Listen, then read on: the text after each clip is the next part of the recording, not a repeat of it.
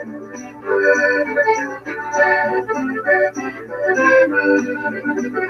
land is your land. This land is my land. From California to the New York Island, from the Redwood Forest to the Gulf Stream waters. This land was made for you and me. Oh, good Lord, turn it off. It's killing me. Good morning, people. Welcome to another rare edition of the Early Watch. Hosting for me today is G Webs. Thanks. Appreciate it. How you doing this morning? Kicking. Today it's supposed to be hotter than a bitch here, and it has been for the past week. But it's supposed to be the last day, so hopefully I'll get to mow the yard tomorrow. Because I ain't doing it when it's hot, because I don't want to drop dead.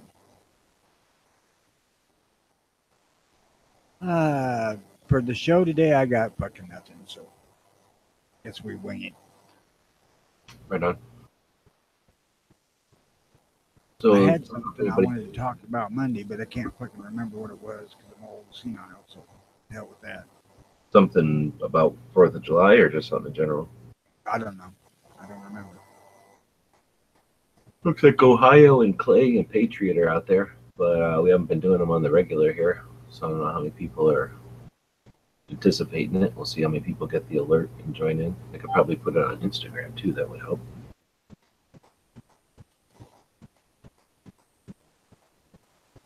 So how did your 4th go? Just like every other day, I sit here on my ass and did nothing. Right on.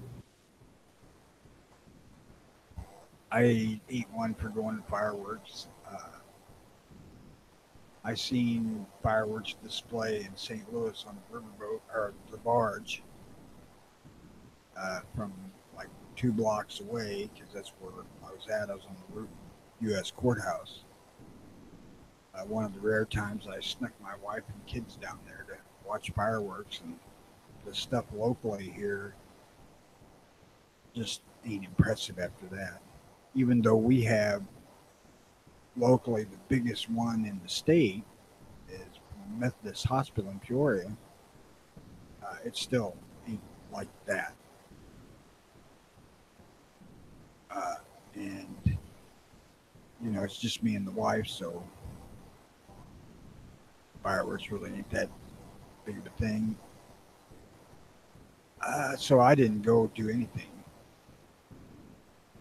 I let my son-in-law borrow the Suburban to go get all of the daughters that were here with their kids and go to see the fireworks, but like fucking I ain't going, it's too damn hot. How was your 4th?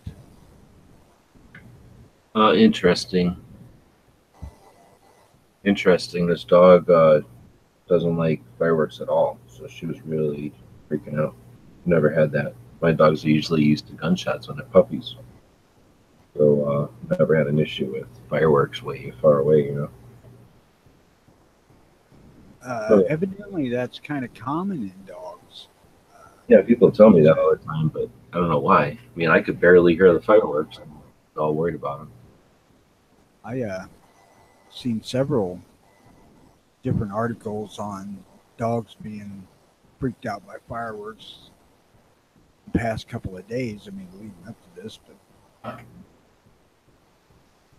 I don't believe that I've had a dog that was scared of them. Maybe just didn't notice. We have a fireworks display on Labor Day here in my small town, and you know, they're 2 blocks from my house.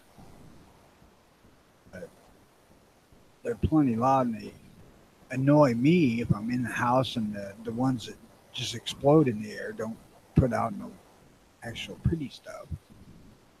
Rattle my fucking windows. Well, I'm nowhere near like actual displays, so it's just people in the neighborhood, you know, shooting off whatever you buy in New Mexico or whatever. But you know, loud, I guess, louder than a car backfiring because it's close. Well, have you had the new dog's range yet? Oh no, she's barely a week and a day now. That might be interesting too. Oh yeah, she's pretty good. I think she'll grow out of it or whatever. But otherwise, yeah, just working. Just a typical day, like you say.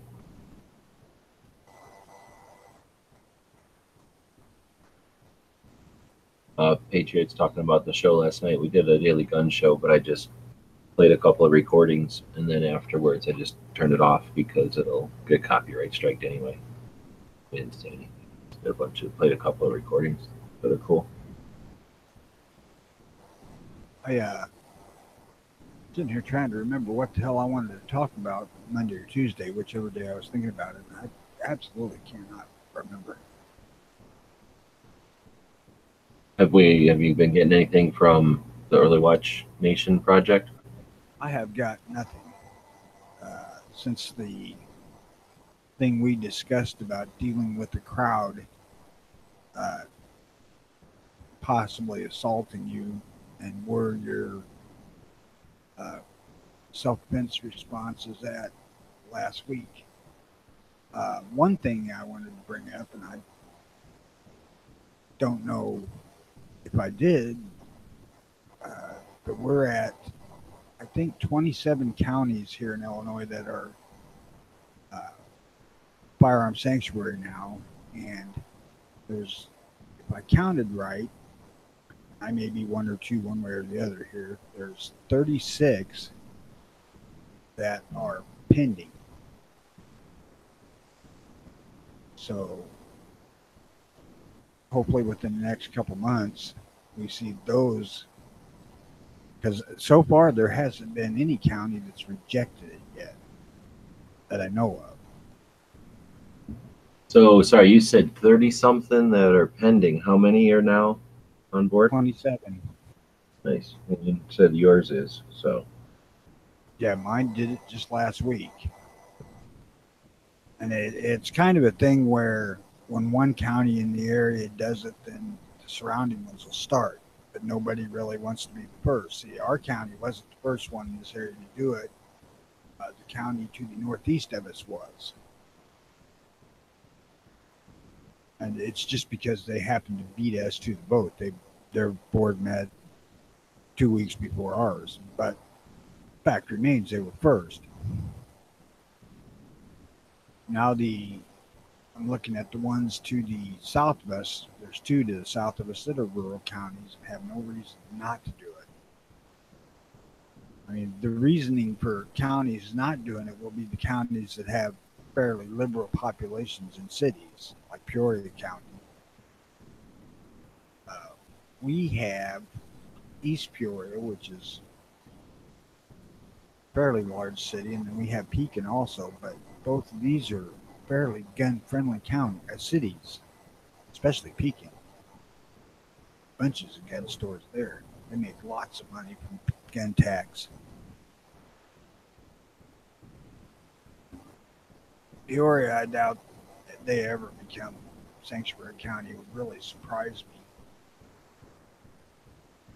well, sometimes it's one of those things that people can vote in, and then nobody really cares that much to vote it out. Is that possible? Like a few people voted in and nobody pays attention, and then they're like, "Oh, dang it!" and then nobody does anything about it. I don't think it'd slide under the radar because the local news made a big deal out of Tazewell doing it. Oh, That's okay. county. So it's not going unnoticed. 25%, a quarter of its counties in Illinois are now gun sanctuary counties. It sounds like you're saying that they're aware of that and they're talking about it on the news. They're not mentioning the numbers of counties. Oh, okay. Just that this particular county was discussing it, then they was going to vote on it, and then they passed it. But no, they're not out there saying, that there's 20 other counties that did this or 25. Interesting. Oh, it definitely is. How are they going to avoid it when it's 60% of the counties in the state or more. Yeah, seriously. And I'm liking it because so often when we have these conversations on the various places, people say like, "Oh, what have you done for me lately? What do we do? Where are we winning?" Well, right there, that's a significant win, really, when you've got a state like that, which isn't necessarily. It's not like you're surrounded by pro-gun states. Wisconsin might as well be anti-gun. The Midwest states, I guess, are pro-gun, but do some weird stuff once in a while. So I think that's great that counties are standing up to a big city like that. Iowa, Missouri, and Indiana are all very pro-gun. Well, that's true. As far as I know, Wisconsin's fairly gun-friendly. I wouldn't go around saying that. I mean, they're not unfriendly, but they were a long time. You three, Minnesota, Wisconsin, and Illinois, were sort of the standouts in that area. The middle of the country was pro-gun always, and Indiana's done pretty good. Ohio's pretty good, and Michigan is super unique. They're like 90% good, and then they've got just some horrible shit in there. As far as I can tell, Ohio just enacted their own version of the Second Amendment finally last election. I keep switching screens here. I'm going to go back to Instagram, to the Early Watch Nation Instagram. Figure that's something we can do is go through some of the pictures over there. Sure. I was curious what that gun was. SPD-40, it looks like. Or is it an SKS? I guess it could be an Albanian SKS. No idea. It says Chinese SKS. I thought SKSs had two. Iowa enacted a Second Amendment, or a pro-gun right to keep and bear arms amendment this last time, not Ohio. Oh, okay. That's from Patriot, and it says it's a Chinese SKS. And yeah, I might be missing it. I don't pay attention to SKSs enough. Then we'll go to this Patchwell. It's also a Patriot. Looks like a Patchwell, couple one of a kinds there. That Wolverine patch with little thingies hanging off of it. That was one of very few. So Early Watch Nation is hashtag over on Instagram, or you can use it anywhere. I guess it's easiest to go through and look at them like we're doing on Instagram. And since we're broadcasting on Instagram, I figured it was appropriate. So Early Watch Nation is a hashtag. It's a bunch of associated or a bunch of affiliated, I don't know what the word is, a bunch of Instagram accounts with Google accounts and imagine Twitter and maybe Facebook. But hopefully they'll do gun channels as well. But basically a bunch of people that are efforting to gather Second Amendment information, news, and like updates on legislation, and then gather all that and send it to one spot, theearlywatchnation.com, and Tony and Jimmy here at the Early Watch podcast. And then that way, all the information out there at least has a channel or a path to go through to get to, for all of us, the listeners and the people interested in following all this stuff. It gathers it all into one spot. So it's a bunch of effort that makes it easier for a lot of people to find out what's happening with the Second Amendment. And if it's all working well, you guys do the podcast in the morning and cover what's been gathered, over the last 24 hours or whatever. So in part of that effort, you've got the hashtag Early Watch Nation over on Instagram. Again, all these different Instagram accounts, one per state, being handled by the people in those states or people of interest. And that's what we're kind of thumbing through here is the hashtag Early Watch Nation. So they don't email you every one of these things. These are posts that they just do on their own, and we're just kind of sorting through them. Yes, I don't see much from the Instagram stuff because I don't go into Instagram itself hardly ever. And the other one, the California stuff is just horrible. They had just had their deadline where they needed to register or comply, alter or disassemble. They had all kinds of stuff they had to do to be in compliance. And then even if people wanted to comply, it was difficult or not possible with the website being down. And I don't know. I commend everyone who's efforting on this, because it's so easy to just discount California. It's so easy to just ignore New Jersey. It's so tiny and a lost cause. New York, even though it's just the one state, like you got in Illinois, same kind of situation. You got a fairly conservative state, I guess, with this one city that's just a jerk running everything. It's so easy to ignore all that when you're dealing with your own issues or just life and stuff. So, people in California and these other states putting the effort in, I appreciate it, because there's 7 million gun owners in California. If all 7 million of them did anything as a team, and as a combined effort, you'd be unstoppable. But that's unrealistic, and so there's, out of those 7 million people, there's a few that are taking the time to participate in this Early Watch Nation effort. That means there's a few taking part in other efforts. And I don't know what we've got right now. We've got a couple of people watching right now. There'll be people that watch this after the fact. Internet robots will see all your effort out there, and they'll understand that your effort indicates that maybe hundreds or at least dozens of other people are interested in this. And these issues and these points will get the appropriate the level of, I don't know, like concern when they do their overall strategy on the internet and stuff. So I do think your effort is valuable, even if you don't get all kinds of accolades and reward for it. And while it might seem pretty boring, a lot of this I consider evergreen content, stuff that it needs to be there. And if you leave it just distributed from something like this, the Western Journal, that's one instance of it out there. So someone who's trying to find out about this instance or something like this is going to have to find one needle in a haystack. When you pick up that needle and make a copy of it and put it down somewhere else on the internet, you're making it that much easier, 100% easier for people to find that needle in the haystack when they need it. So if you found it interesting, think about sometime in the future where somebody's going to need this information for an article, to prove a point, to finish a project, whatever it might be. Some kid who's trying to finish a school project, and once they found enough information, they get a good grade and they pursue Second Amendment advocacy, as opposed to going online, finding it difficult, and then pursuing animal husbandry or something else. So these efforts, even though they don't get applause every day, are super commendable and worth it. So we'll do our little part here to help know about your efforts, and encourage people to check out the hashtag Early Watch Nation, or go to earlywatchnation.com.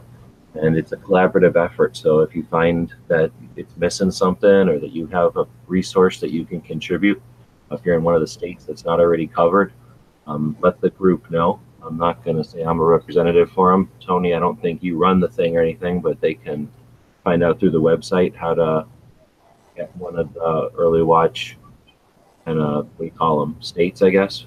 I think Ghost already made logos for all the states, probably. Yes, I have logos.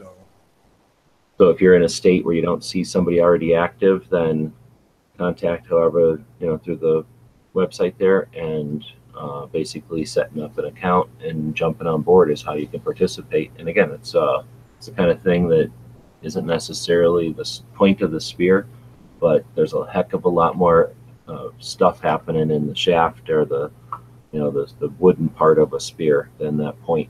It's all necessary to make that point effective. So all these efforts are commendable. To start with, all you have to do is set up a Google email account of your state, and then, or Early Watch Your State at gmail.com, if there's not one existing already. And then Jimmy or somebody will help expand that into other areas if you want.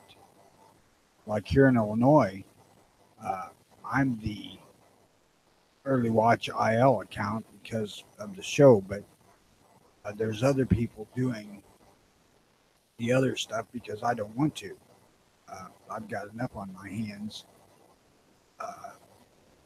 trying to keep this thing although I haven't been doing such a good job of it lately because I'm lazy, but I didn't want to do the Twitter and Instagram and shit.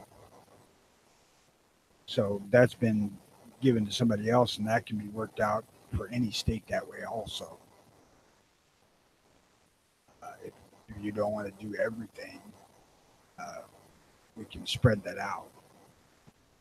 Yeah, I mean the whole idea here is to work together, right? And there's definitely more than one person in each state. So a couple of people are willing to help out, then that could be together 2 people can easily maintain the amount of news that comes out of most states. California, New Jersey, and stuff might be a little tougher. Yeah, I think I've done more work towards fighting gun control in California than any other state except Illinois, as far as writing letters to their politicians and stuff like that goes. I think California is an opportunity. Same with Nevada when we have issues there. Same Florida. They haven't really had issues till recently. But these states that have tourism as a big part of their income, their budgets, I think they're susceptible to influence from outside. And I was mentioning if all 7 million California gun owners did anything, there's a heck of a lot more than that. There's 30 million or something gun owners in the whole country. And if we were to all write a letter to somebody in California, like the governor or some Department of Tourism or whoever that would be, Chamber of Commerce, maybe all 3, and say, yeah, made a decision about California and my lack of recreation there based on your firearms laws, and then followed through, might make a difference. If all of a sudden Disneyland's sitting there vacant for months at a time, they'd be singing a different tune in their cartoons about guns, I suspect. Still capitalist.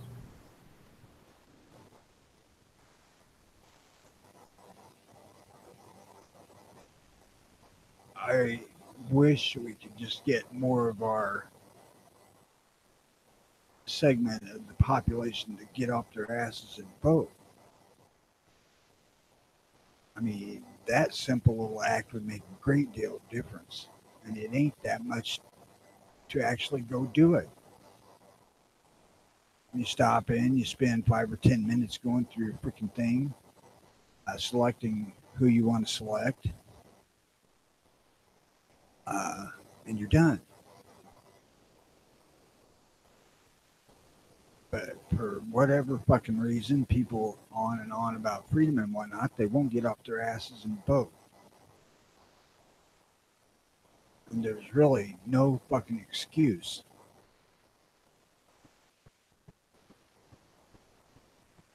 This thing is an article about, it's from California. A California farmer thrown in jail after complying with the registration law. That's annoying.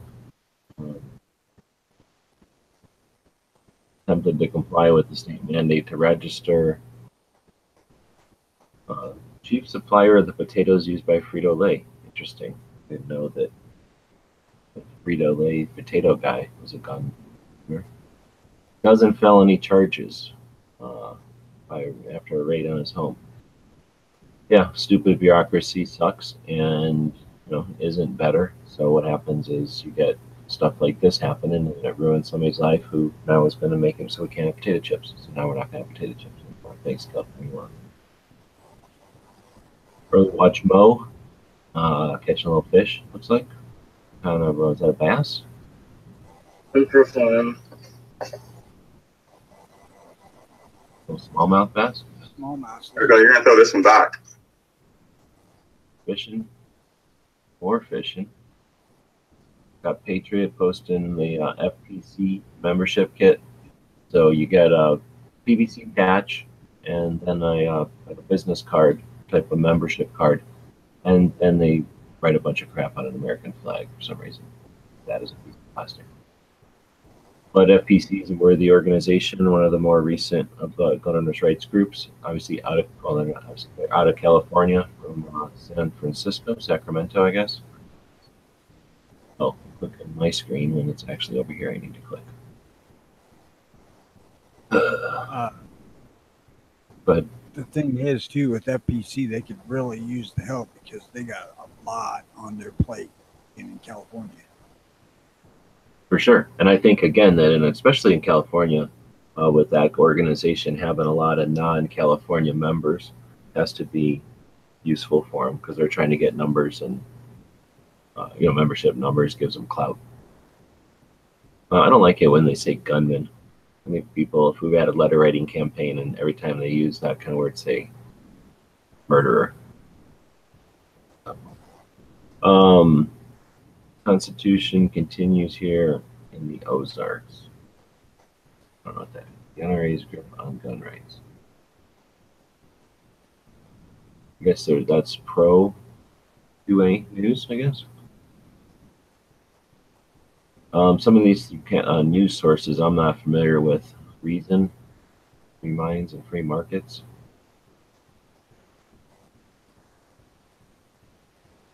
Birth in prison after trying. Oh, that was that lady, I think, who had a daughter in the car, and somebody was hitting the car, and she shot at the guy who was driving a car, hitting her parked car with her daughter in it. Then she went to jail. They took her to jail for that. And I think she was pregnant, so it sounds like she's giving birth in jail now. I don't know if that was in California. Crazy situation for sure. Another one from California. Oh, wants gun retailers to stop selling. Okay. Another one from Missouri. Okay. Patches. Thank you.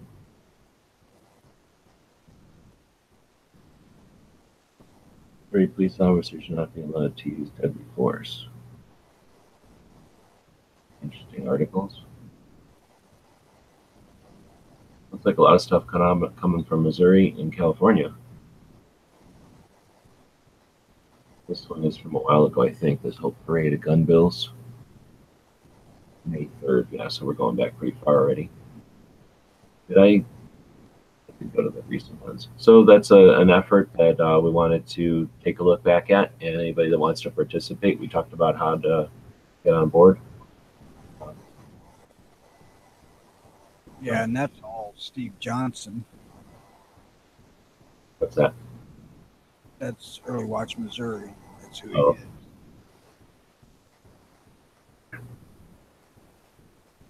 Yeah, and that's just how much one person can put up in a fairly short amount of time. So if we can get somebody from all 50 states, we can start disseminating a fair amount of information. And really, it's an effort to learn the tools, to master these simple tools that are made for little kids. They're made for our kids that don't know how to read or write, to use them so that they can see all the ads. So there's really no excuse technically, just a little bit of effort to figure out the tools. Just like any tool, owning the tool or knowing how to use the tool doesn't make you, proficient in it. So practice makes you proficient in it, and you practice with updates and pictures of fishing and the new guns, or like shows of support to organizations and whatnot. And then when we need these channels, they're established and they're manned, so to speak, by people who are fluent in the tech. So competently, information can be disseminated from the bottom, from the individuals out, and valuable, specific information, and not the hand-picked, agenda-based bullshit that's disseminated from the top down. So if we want to continue to have that dynamic, and even though these tools are available for us, and just sit and use these tools to watch the information from those people with agendas, just strategically disseminated from three-letter networks, then you can use the internet and watch that anywhere in the world. You could literally be sitting on a beach and watch the information disseminate to you, and you can be programmed. Or you can be part of new media, find the information that's useful, valuable, pertinent, and relevant, and put that out in these systems that are being developed by people who have similar interests. And you can create these channels, and when they're necessary, we can resist things like the M855. That's a perfect example from recent history where these systems, these channels, these ways that we've figured out to communicate with each other were effective in stopping stuff. We have yet to find out how they worked on the bump fire thing, but I suspect they had more comments on this recent bump fire what they call it, inquiry from the ATF than they had on prior ones, you know, the barrel bans, for example. I guess they didn't do it for the barrel ban. But anyway, I think it's, again, thanks for the effort, and we're going to continue to amplify your efforts as much as we can, encourage others to participate.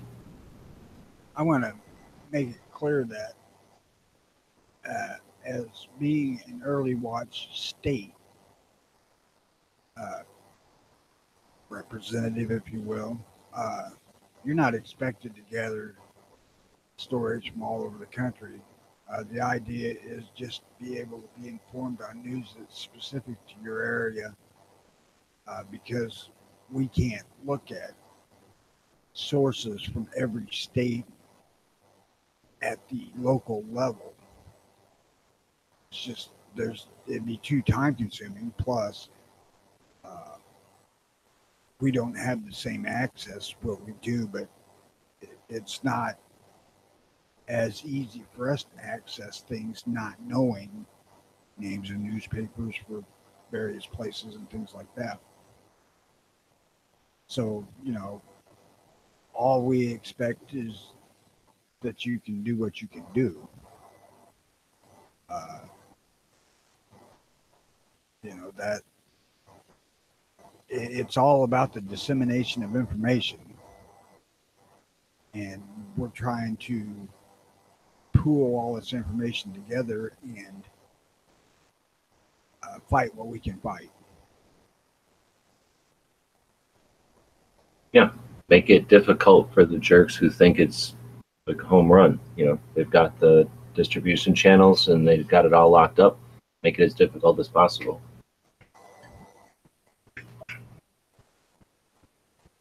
It's somewhat difficult to keep what's going on locally with various states and whatnot, and that's where we need the help, because we need boots on the ground there, or ears on the ground, as it were, to keep us informed to an extent that we can't ourselves.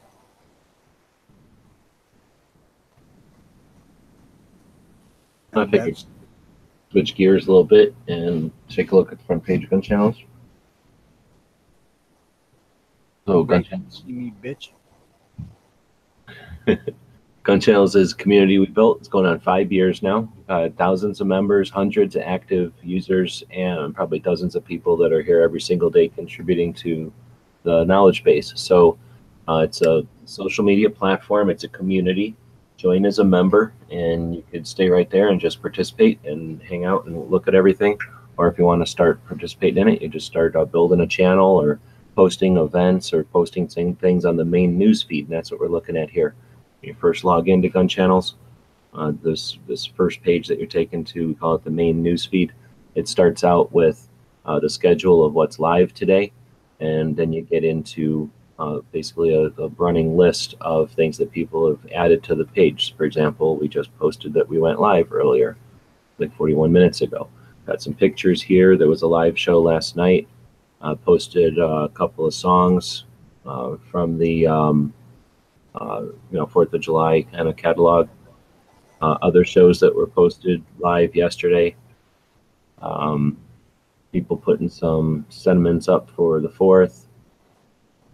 Cycle had added a new event for the Connecticut area, or the Connecticut. Go ahead.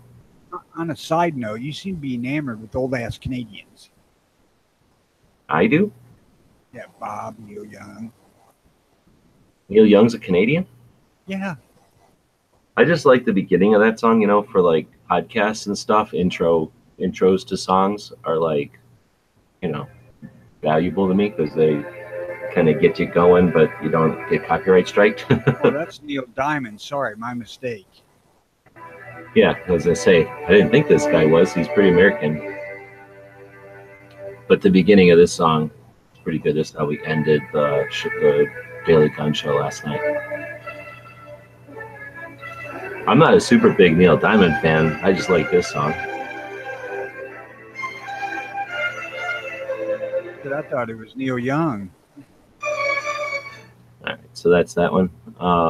This one was pretty good too. I'm not a big fan of Disgracing the Flag, but obviously this is I walked art. through a county courthouse square on a park bench. An old man was sitting there. You heard that one? Oh yeah. A good classic. So lots of stuff to pick from the 4th of July, but people posted some of their favorites. We got Patriot posting some quotes lately and some historical stuff, which has been great. Thanks for that. Been adding that to the Gun Calendars project. Moon posted a live show. Ohio posted this kind of, I guess it's a video. It's like I think this goes to a website from a news. I don't know what to call it. I think it's leftish, but it's hard to say. They call themselves moderate or middle of the road and unbiased perspective on it, but it's super biased. Anyway, it's a bunch of people that are an organization brought 21 people together a week after the last Florida incident and talk about guns. The only thing I liked about it that got me interested in it is they said something like, I forget how they worded it, but at least they didn't word it in a way that it sounded like gun control was the goal. So I started to watch it, but it was so artsy, I couldn't deal with it. They kept cutting away to people's like little blurbs from their little remarks from like interviews, and then they'd go back to this big room full of 21 random assorted people, and it was just too chaotic. I didn't like it. It was like the opposite of a Ken Burns type of thing. And instead of being fun to watch, it was kind of difficult to watch. But I'm guessing it might be interesting for somebody who wasn't, glitched on it like I was.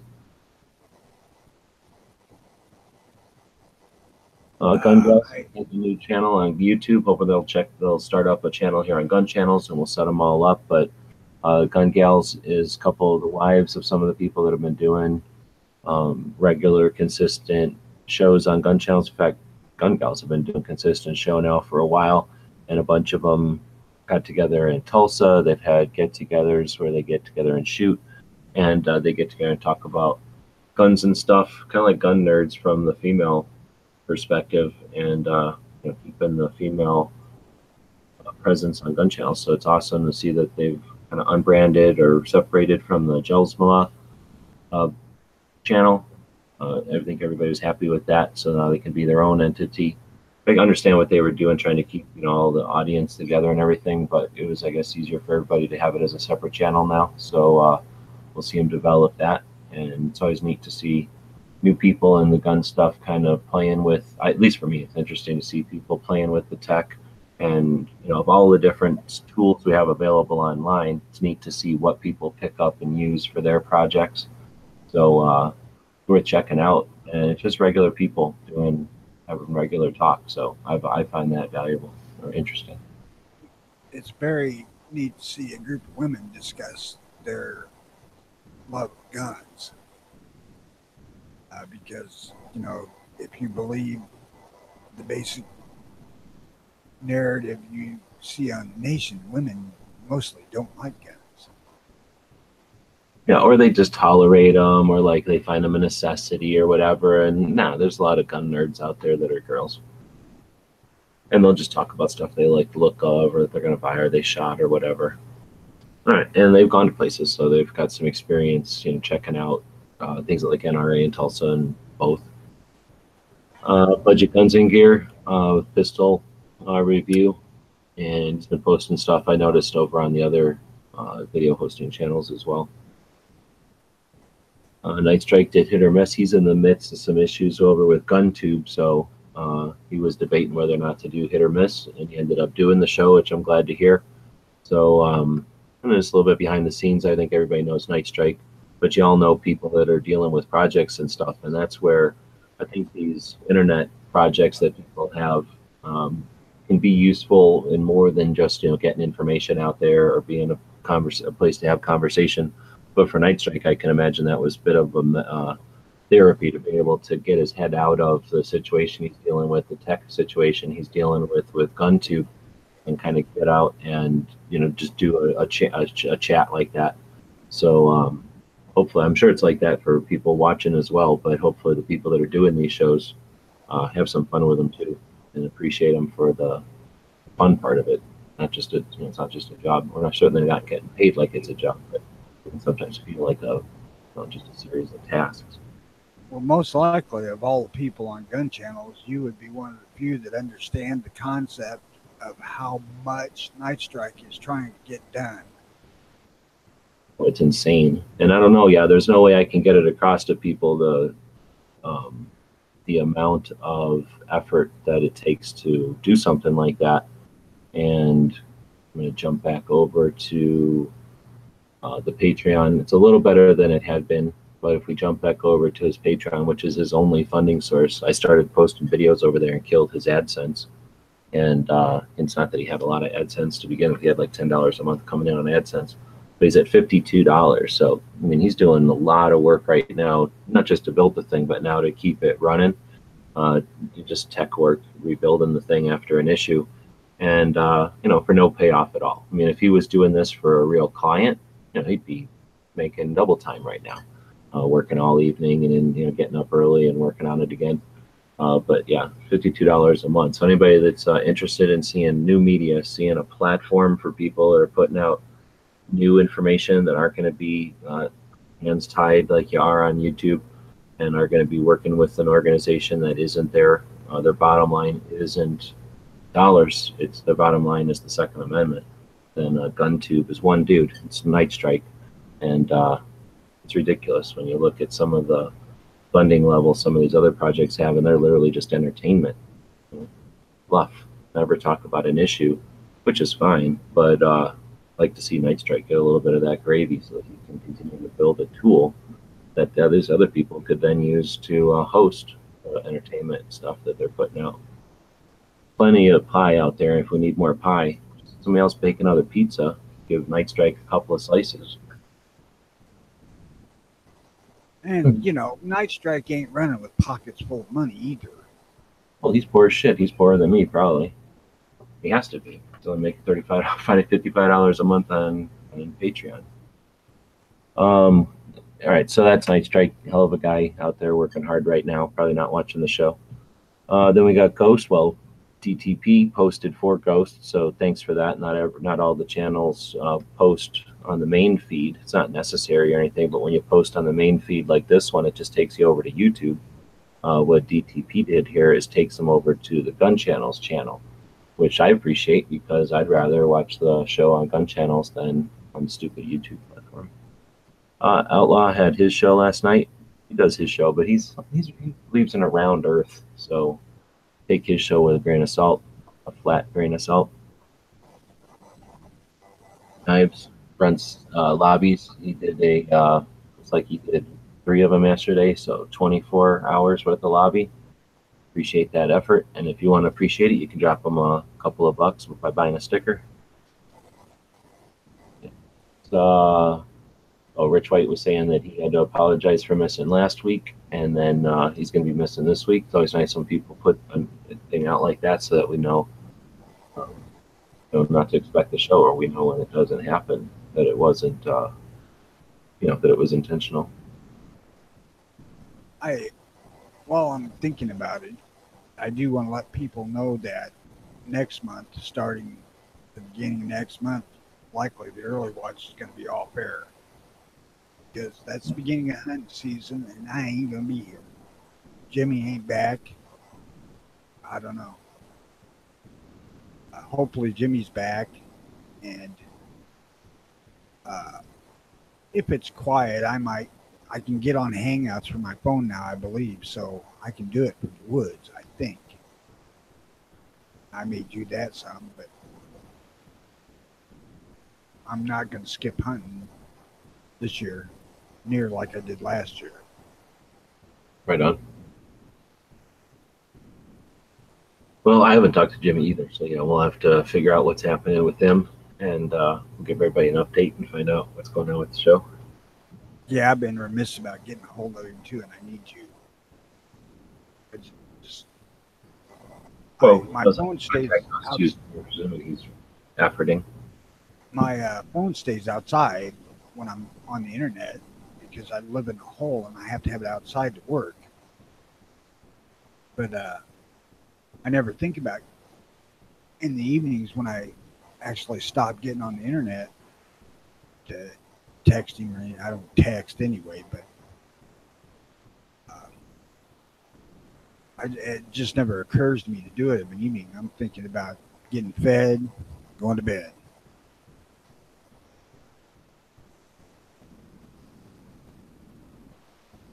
And like when it's really fucking hot outside, how in the hell am I going to get the damn yard mowed? Yuck. I don't want to think about that. Although, because of my wash machine incident, I probably am going to have a lot of grass right now. Well, you just made a pool for the dog, so he ought to be happy, or she, whatever it is. Girl dog.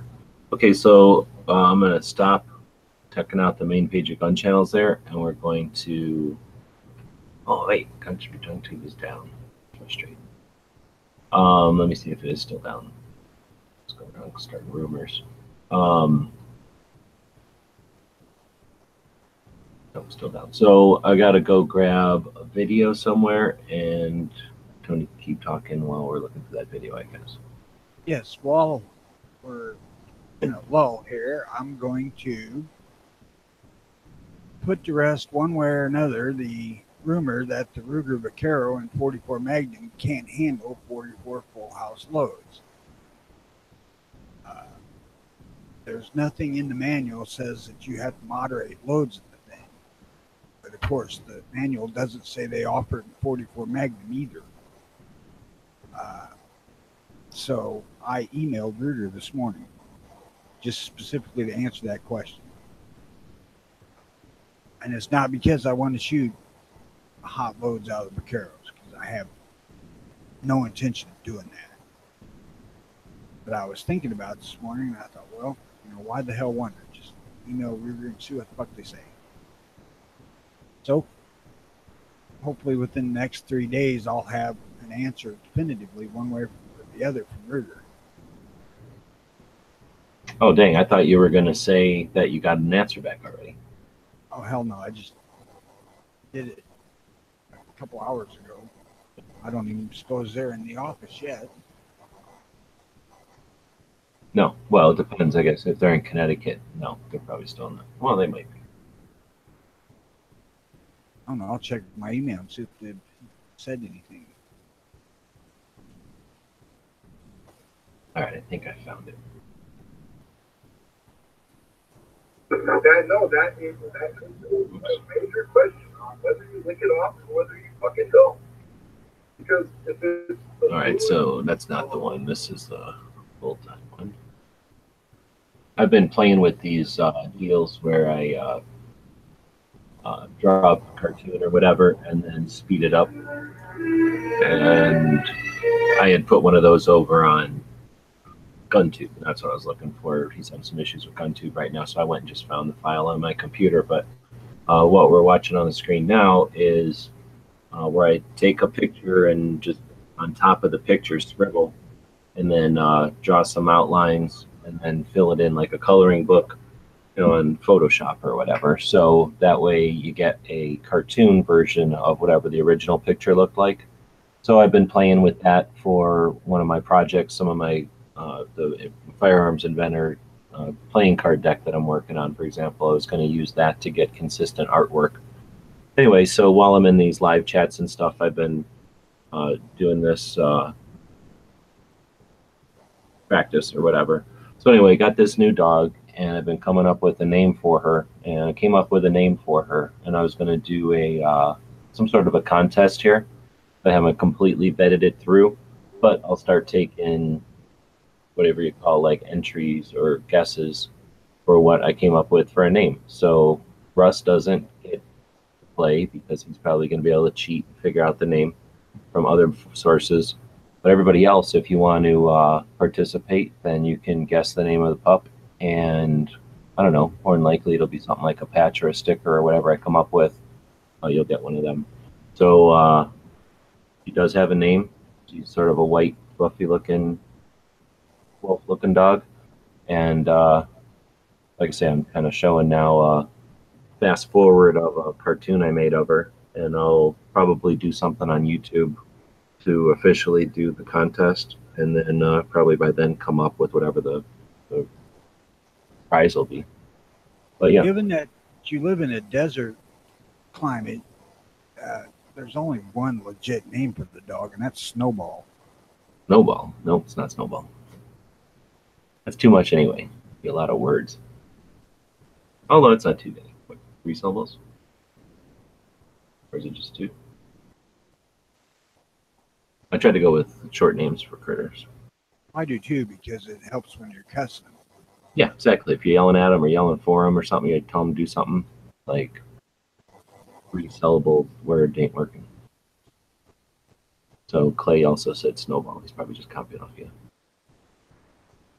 All right, so I'm gonna quit going down the main page of gun channels, but lots of stuff happening over there. When people post on their channels, on gun channels, and you're subscribed to their channel, you'll see their stuff show up in the main news feed.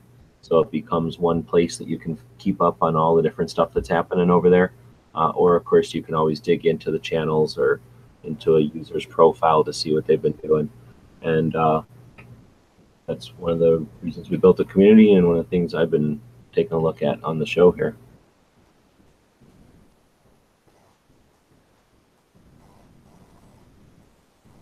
Cool.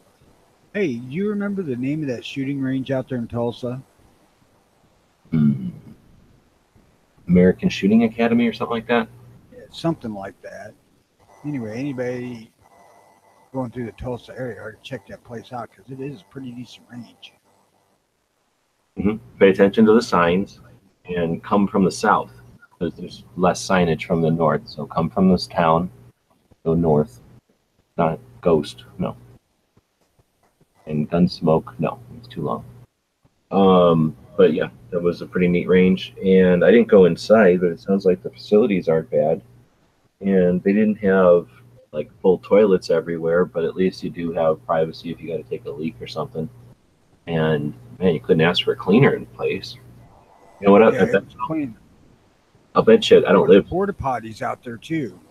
That's what I mean. It's not like fancy, but you're not ditching behind a wall or something either. You know, you got a place you can go and it's clean. Just not running water and a sink and everything. But I bet you in Oklahoma, I bet you it's windy a bunch of times. Like I'll bet you there's times out there where paper's flapping all around. They had berms on all sides of them ranges that would offer 3-way protection. It says Ohio is saying U.S. Shooting Academy, Tulsa, Oklahoma. Okay, yeah, that was the actual gun shop in the thing was pretty minimalistic. They had a few things in there, but not a hell of a lot. They had nice furniture in there for you to lounge about on while you're waiting for people to show up, which we did. And it was a nice range. I mean,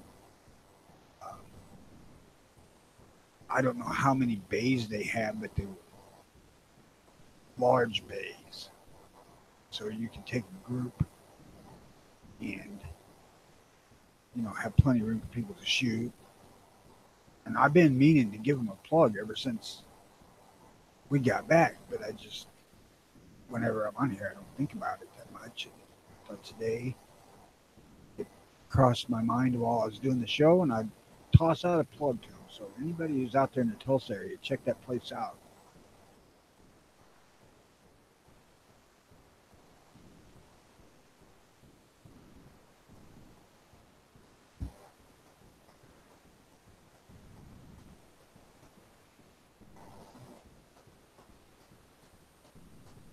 All right, well, halfway through the year, so got any firearms rituals that you do once a year or something that you might bring up?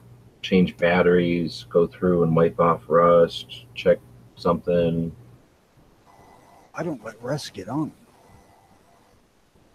Well, I don't know about you, but I've got stuff that unless I give myself a regimen of like going in on my birthday or on a first of the year 1st of January or whatever, 1st of July, I mean, whatever, something like that, to get in there and look at them specifically. Like, you don't look at everything.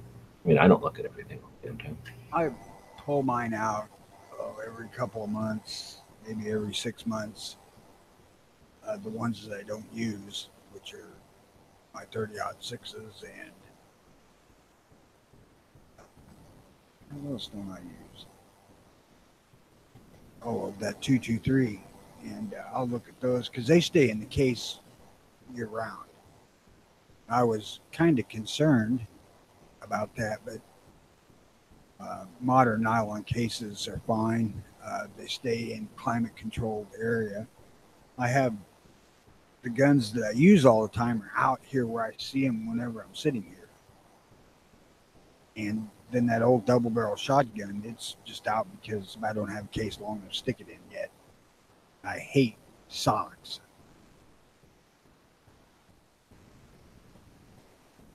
I have gun socks just for transporting shotguns in because I don't have any cases long enough for them, but they don't offer any fucking protection whatsoever. There's no point in having a gun in them here. Might as well have it out where I can look at it and fondle it when I want to, and oil it and whatnot, because it has rust issues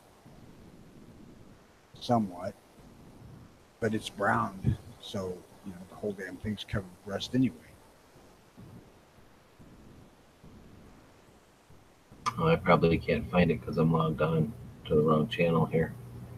Yeah, but I've got probably dozens of guns that are stored in little tiny socks. The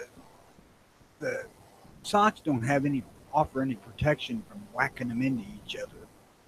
Well, that's why I got them though. So I've got all my mini revolvers and I put them all in little baby socks, like what you put on a little baby, and they are, I don't know, like putting hairnet on something. They're all whatever, got the elastic around the ankle part of the sock. So once you put the gun in there, it kind of, tightens back around the gun really good, and they're completely protected that way. And then when I throw them in a big sack together, I don't know. I mean, if I was throwing the sack around, they'd still knock into each other, but it puts them all in next to each other in a way that there's at least 2 layers of sock everywhere between each of them, and they don't get beat up as much as if I would just throw them all in there singly. Well, my handguns are pretty much all right here on my friggin' desk. They just stay here because I got really no place to put them. Yeah, I mostly like them for like that particular purpose, but then I guess maybe if you're going to a range, or not a range, a match or something, and you bring in your gun and then maybe 2 backups, depending on how long you drove to this place or how important of a match it might be, or if it's a class or something where you might wear a gun out, then having a couple of them as backups, I could see putting a sock in there or having them in socks or something like that, because if you put them in those like clamshell type of foam puppy things, who wants to take that much space up? You don't need that much space, but I guess the sock can offer a little bit more protection. But I deal with the space issue with the rooters and the cases they come with. They come with nice cases, but they're rather bulky, but they offer the gun ultimate protection pretty much. Oh yeah, you have the plastic expanded cases or the hard case. Oh yeah. My problem with those though for transport, if you transport them too long, you get the same problems you get with a Kydex holster, except literally everywhere on the gun. So unless it's a really well engineered one, then it's gonna potentially be rubbing plastic on that gun, just all different kind of hot points. You got all kinds of weird wear on it. If you were to put it in, like if you took a Ruger in one of those plastic boxes, just stuck it in your trunk, and didn't look at it for a few years, take it out of there, it would look like somebody carried it daily or something, for worn out.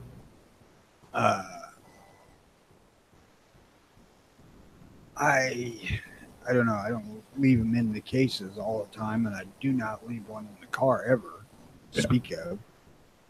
Yeah, I don't think anybody would. It's a weird way to carry it around. If I leave it in the car, it's laying in the console on me.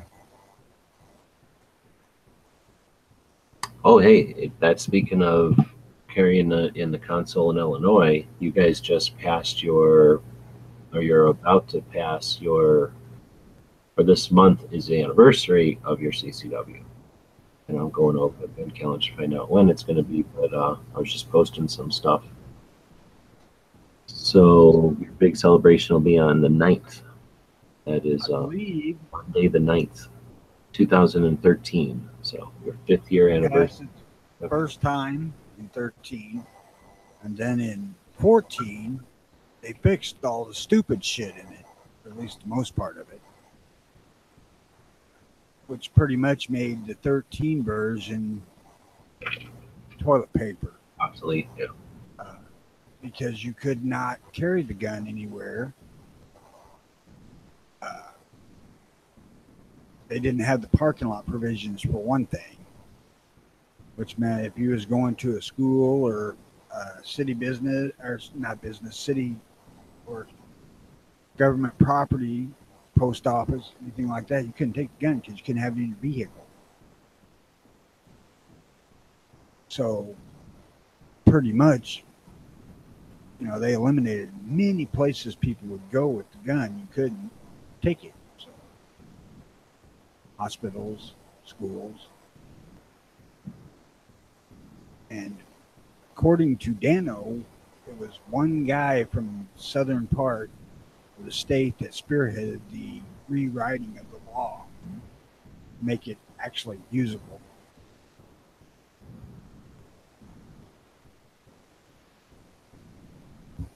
But I don't remember his name because I'm old. I was always shit with names anyway.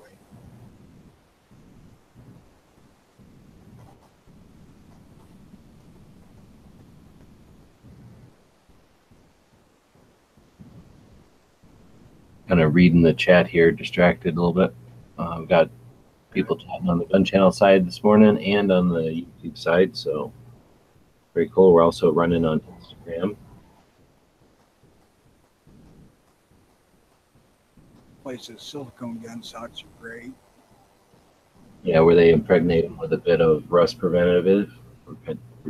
Boosted likes gun socks and uses them. I don't oppose people using the things. What I have here is just freaking like a dress sock, only 6 feet long. Yeah, and that's that gray material that's got that silicone impregnated into it. Mine probably ain't silicone impregnated. They're just cheap. I just needed something to put the gun in and take it home. Oh. When I bought the thing, and hell, I don't even know where the piss they're at these days. Hell, that's been 30 years ago. Well, that's another thing about them. When you're talking those socks, I guess, is that what you call them for a long gun? But yeah, it's a gun sock.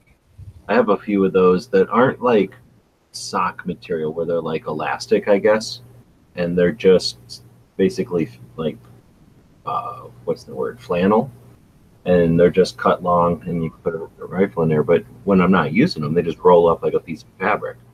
And that is the one advantage right there, is you can grab a couple of them and put them about anywhere if you're going to pick up a gun, and right. You're in like Illinois where you have to have it in the case.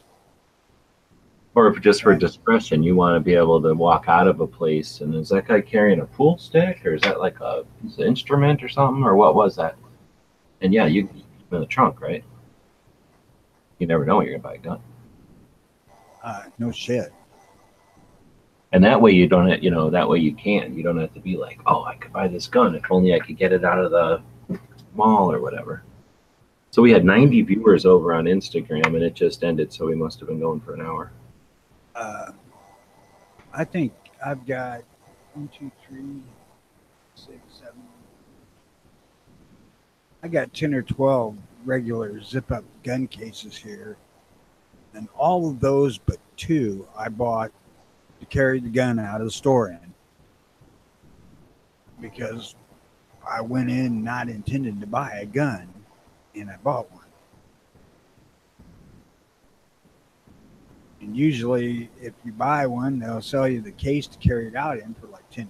So that's how I got all mine, except for I found 2 on sale at Walmart clearance for $5, and I bought both of them.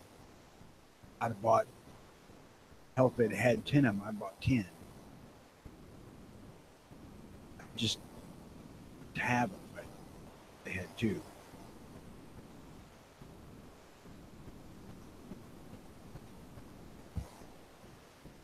The one I use mostly for my hunting stuff is a case that's got a pocket in it. It's got straps on it to carry it on your back. I wish to hell I had 10 of those, because it's actually kind of handy. But most of my hunting stuff has slings on it anyway, so it doesn't matter. I don't have real issues with slinging them over my shoulder when I'm hunting. Although this year I'm going to take my Browning, and it don't have a sling, but it doesn't really weigh much. What are you talking about, deers or squirrels? Squirrel. Oh. Oh, deer I hunt with a handgun. So it'll go in a holster on my waist. That ain't no thing. Matter of fact, when I go deer hunt, I take the Ruger in a holster on the hip and the Smith & Wesson shoulder rig.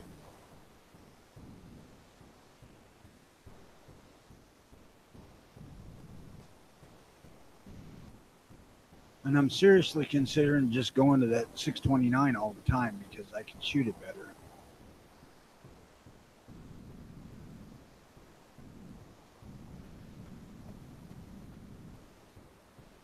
I like that Ruger, but it's a little heavy.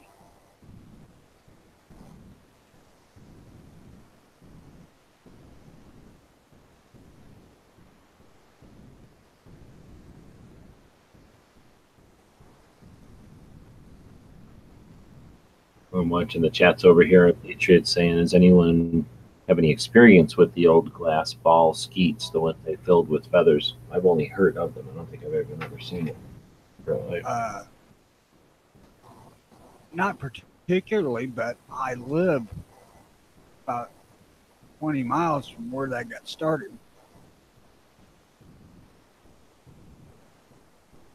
That sport of skeet or trap or whichever one started in Elkhart, Illinois, by a dude named Doc Regardus. And it's just a hill out in the middle of fucking flatland here is what it is. And it started out as just flatland. It's just that it's now a hill made out of skeet. No, I think the hill was always there. I think that's why they started there. It's about the only hill around. That way they can make the birds fly farther.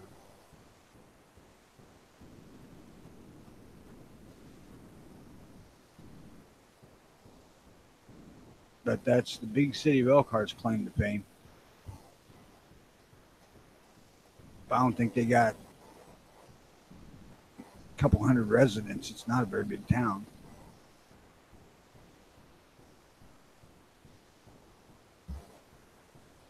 I'm not sure how the glass balls fit into it, but I'm pretty sure they used those there. I'm not saying that they invented them there. That's where that one particular discipline of that sport got started, is right there in Elkhart, and I don't know right off the top of my head which. I think it was trap, but I have been known to be wrong before.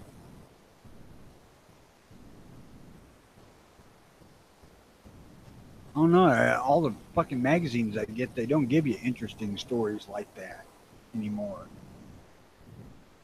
When I was doing my 2A research, we can go look. I have some of that stuff from when I was doing 2A research. I couldn't help but stumble across sporting history also. But anyway, when I was doing that research, I found a couple of good resources for all that where like an organization would have maybe like a 25th anniversary. So they would put a flyer out, like a PDF thing that was like 3 or 4 pages, and then they would talk about their history. So yeah, there's not like, well, the websites change all the time, you know, so there's not like great um, websites that just have everything. But like I say, you can find some. There was a couple of interesting resources out there. So this one was Oregon. I know that turn of the century they were using birds until they fucking decimated them. Passenger pigeons, I believe.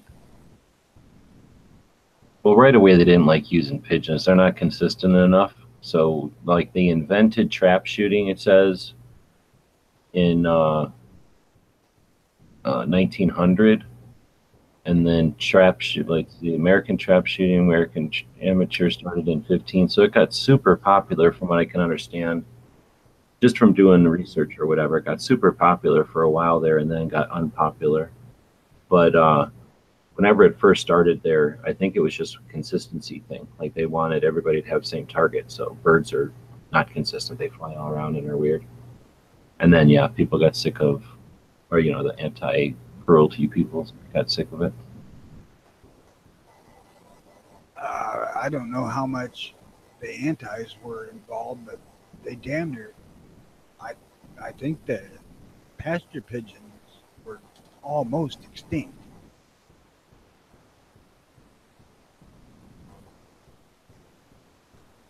But at any rate, uh, part of big part of the history of trap shooting or shooting birds is from Elkhart. And if you want to find out more, just look up Doc Regardus. I can begin to tell you how to spell his name. It's pretty much like it sounds.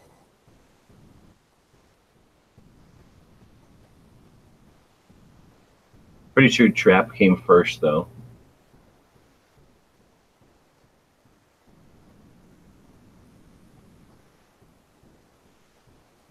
And even though we didn't invent shotguns, we invented it.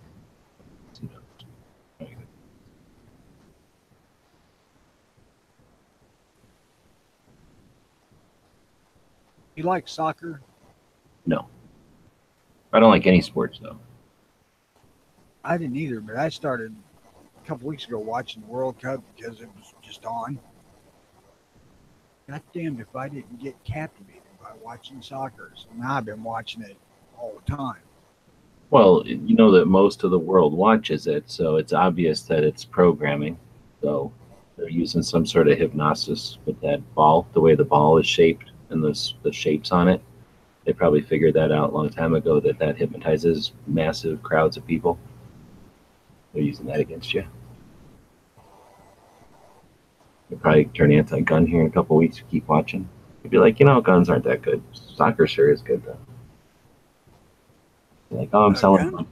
Guns aren't good or bad. Guns are just things. I'm selling a bunch of my revolvers so I can travel to the new football arena. No. I've been to baseball arenas when major events have happened. Like Hank Aaron tying the home run record or Lou Brock breaking the record for stolen bases. And I don't give a shit to go to another stadium ever.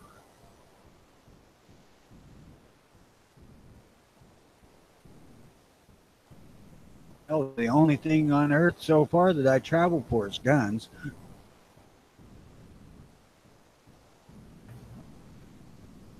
You don't go fishing enough to travel for fishing? Nope. That's one of those things that's worth traveling for, because you know there's only so many fish are in lakes. So if you want to go catch a different kind of fish, you have to go to a different kind of lake or a river or whatever. I used to travel for fishing when I had kids at home. But to go fishing with the old ladies, just no go for me. I don't like to be with her that damn much. Clay is saying he's seen one of those glass balls at a gun show. I may have. I know I've seen glass grenades because they used to make grenades out of glass too. And I saw those at a museum one time, but I don't think, I'm assuming they're different than the skeet things. Those must have been cheaper. But for some reason, I want to say I saw something like a video where they were winging them. I don't know. That'd be, I don't know. You gotta wonder how they get the fucking feathers in the thing. They would get in a pillow, I suppose. I mean, they're making the things say birds, but where the fuck they getting the feathers?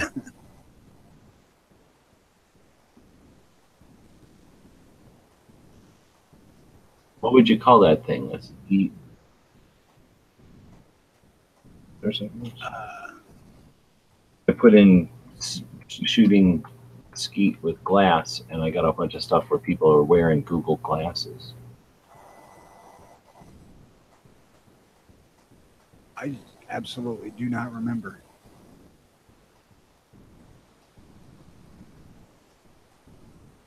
I know they didn't call them clays. Right, that's what I'm saying. I can't put it. I'm putting in glass skeet target.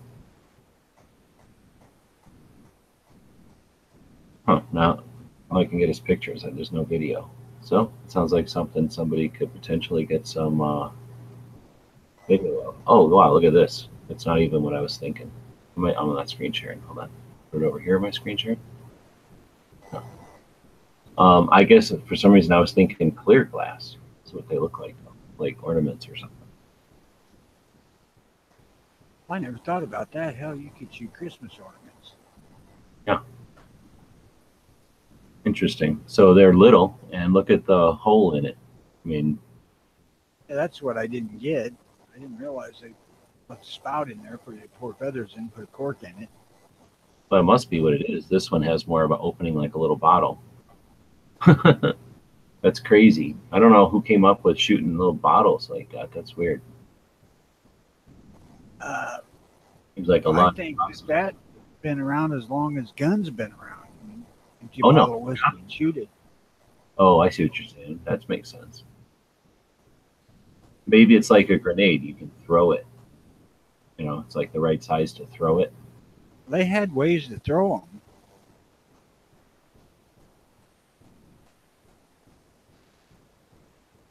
I mean, hell, a miniature trebuchet.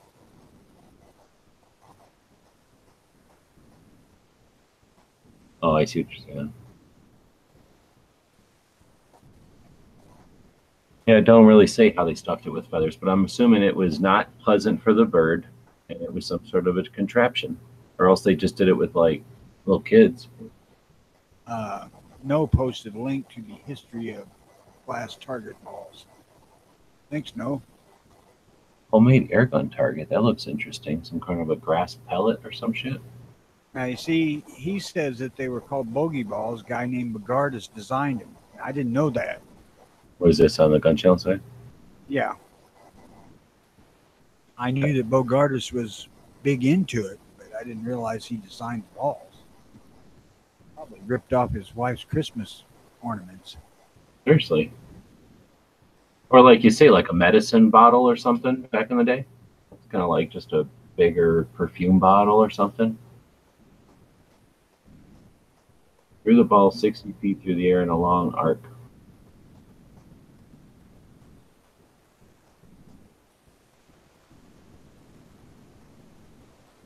Oh, I see. Was right. The texture on it was intentional to prevent the shot from just ricocheting off. So it was made it easier to break it, I guess.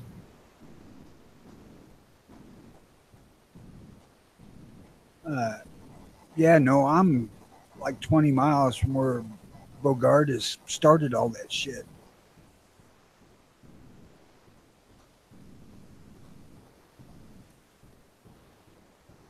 And it is. I mean, Elkhart's just a fucking hill out in the middle of flatland. Like, hell, kind of like where you see him pile dirt for a strip mine, only there was no mine. This motherfucker was just a hill out in the middle of Illinois. Huh. It says that they were put in barrels full of sawdust. Occasionally, these barrels will be located in barns that are near where trap clubs were back in the day. Makes sense. Somebody'd be digging around and find them. Every color imaginable. Most popular was amber, but anything from honey to black. Second most popular was blue. Blue seems to be a stupid color because it blends in with blue sky. Maybe that made it harder. That's possible. Others rolled the ball in sand while the glass was still hot enough to the glass to kind of stick to it. Interesting.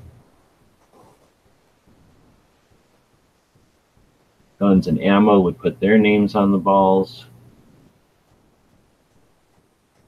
They were sold for $1 per 100, and the fancy ones were $1.35 per 100, so a penny a piece. But that's a long time ago, so that's significant, I would think. There's the thing, like a little catapult-looking dealie. I wonder if those were hand-blown. Probably, well...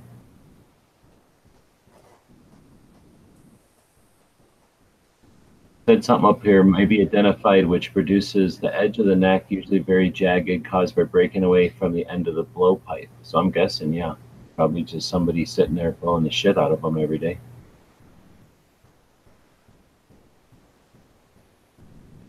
Can you imagine making that one right there in the corner there with all that ornate design on it and knowing that's 1.35 cents? Yeah, well, they're probably blowing it into a metal mold, right? Blow it up into the mold, and then it gets impregnated, and then they just drop it into, I don't know, whatever they do. I mean, I don't think they're etching that on there with a chisel or anything. Well, they wouldn't have to when the glass was hot. That's what I mean. They just blow it into a shape, right? Don't know. Possible. It makes sense. But it don't say nothing. They talk all about these damn balls, but nothing about how they got the damn feathers in there. They did not immediately replace the birds. Clay pigeons did not immediately replace the balls. Just added this type of competition to live birds and balls.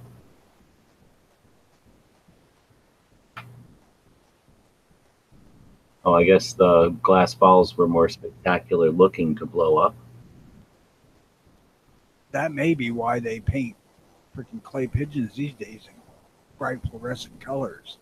Yeah, so that you see them explode as much as see them.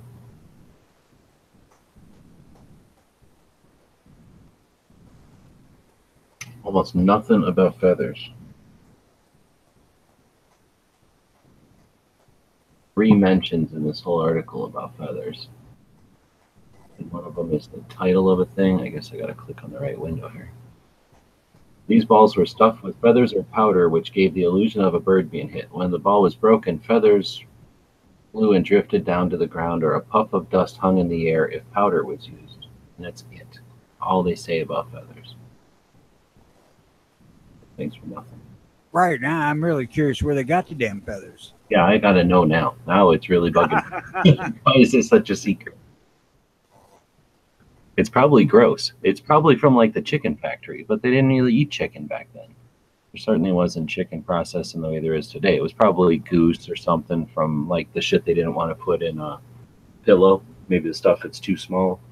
Yeah, that may well be. I never thought about that, or stuff that's too big.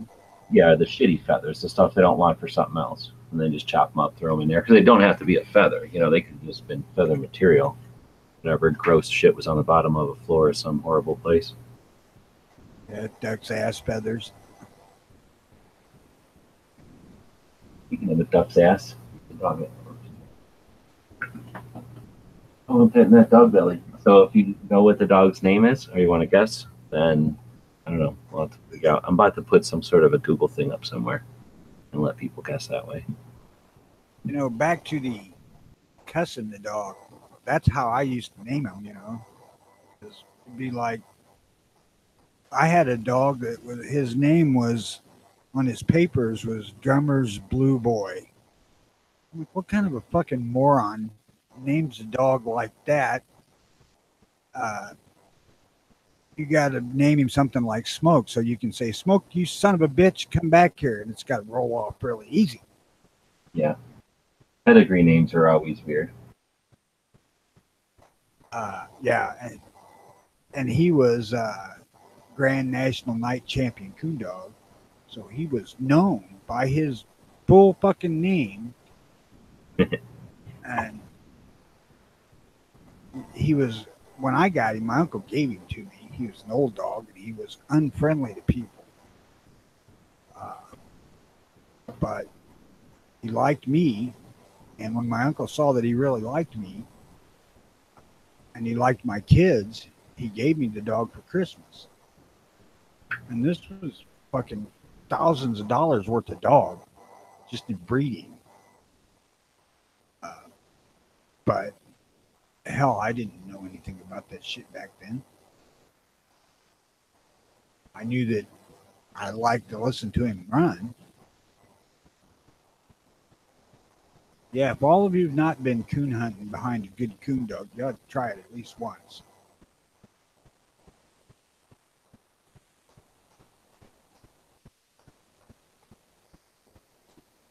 Especially if you're a dog lover. Coon hunting is a good way to understand just how much work a dog can do with just its nose.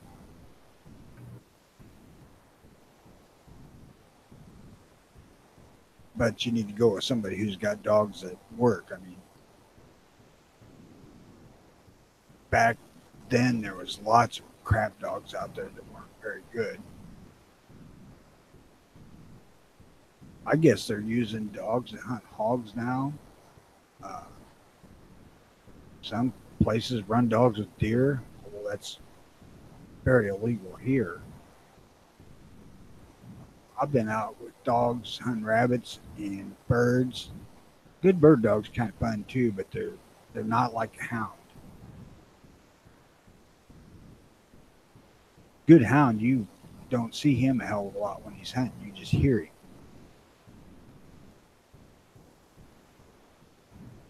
A coon hound, that is.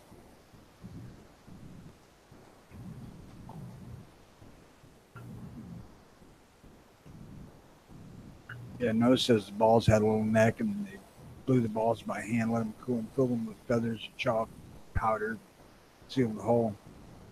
But the question is, where the hell they get the feathers?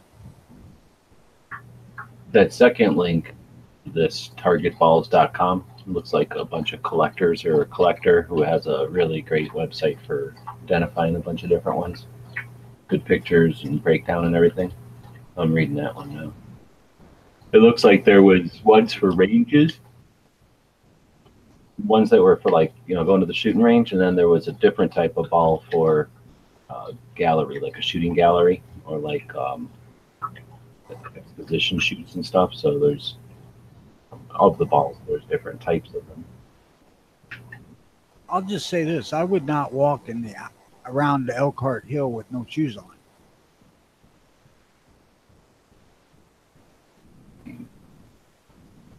Granted, it was 100 years ago, but still.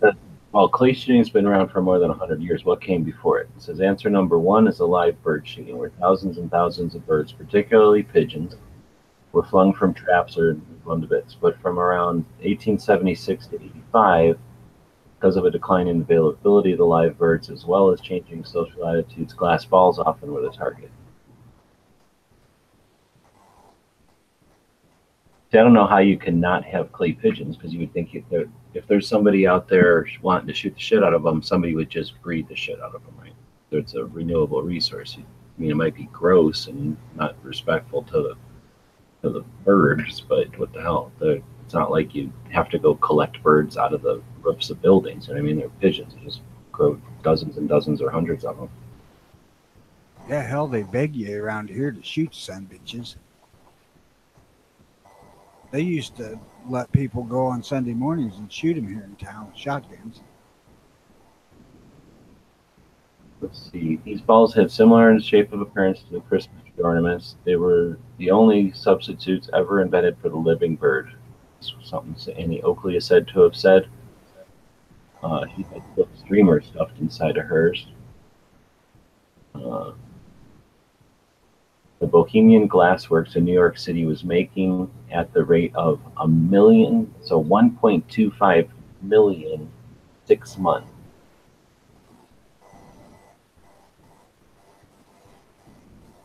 That's amazing if you think about them doing that shit by hand. They're basically like Christmas ornaments, so they're very thin, it sounds like. And if you start looking at a whole bunch of pictures of them, they have broken stems, so they didn't spend a lot of time on them, obviously.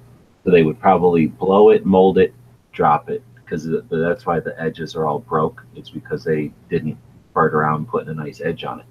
They just broke them and broke them off the little blow stick and went on to the next one. But yeah, 1.2 million, that's all by hand, and that's in 6 months.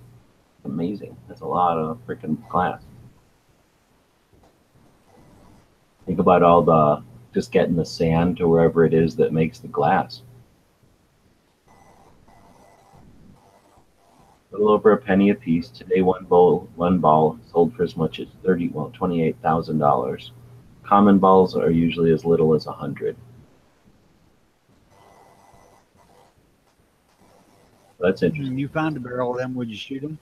Oh, fuck no. No, never. But it is neat to know that that's out there. And now if you're going, you get dragged to a flea market or some so and such, somebody's like, this is a broken Christmas ornament. I just don't want to throw it away because it looks pretty or something, or it looks old. Like, oh, I'll buy that broken Christmas ornament off you for $20. Sure. Knowing that it's worth 100 plus.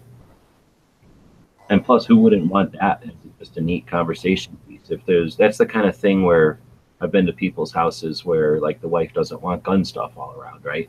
But she would definitely be okay with having a shadow box with a bunch of old, obviously ancient looking, interesting glass balls like that. Like, there's all kinds of neat ways to display that with lighting and stuff. And then you can just say, oh, those are some antique glass that my husband likes or my wife likes. But then to the other company, you can say, those are fucking shotgun targets. First off, if you got a wife that doesn't want gun stuff all around the house, you need to get another wife. Because you made a poor selection. Just get another one. Move to Utah and get a second one. Get one pro gun, one else.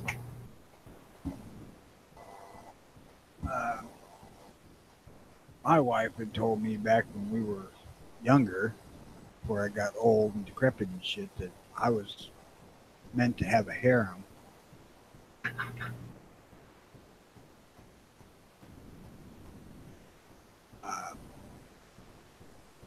But she never would let me have one, so I don't know what she's going for. But she doesn't mind having guns around the house at all. I don't keep guns in the house at this point because I had the grandkids here and I didn't want them where I wasn't with them when there were guns around because kids are nosy and shit happens.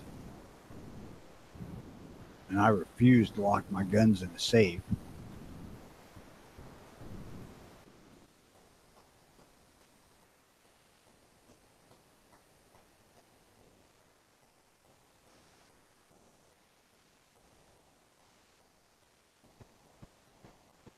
All right, well, I'm done reading it, and there's still nothing about how they got the feathers or how they got them in that little hole. But I'm guessing there's a funnel. I'm guessing there's child labor. Just because of the time frame and the cost, right? And that's it. I don't know. Could have like a big, some sort of a pre-measured, like, thing where, at the bottom of a hopper and like a piston just shoves it in there, like a pre-measured amount of whatever. Powder would be easy. I can totally understand powder getting put in there. I could see powder being more expensive too, because it would need to fill the thing, or at least, you know, be in there, where feathers would give you the effect with very little weight. You know, having it half full of sand or whatever would weigh a lot.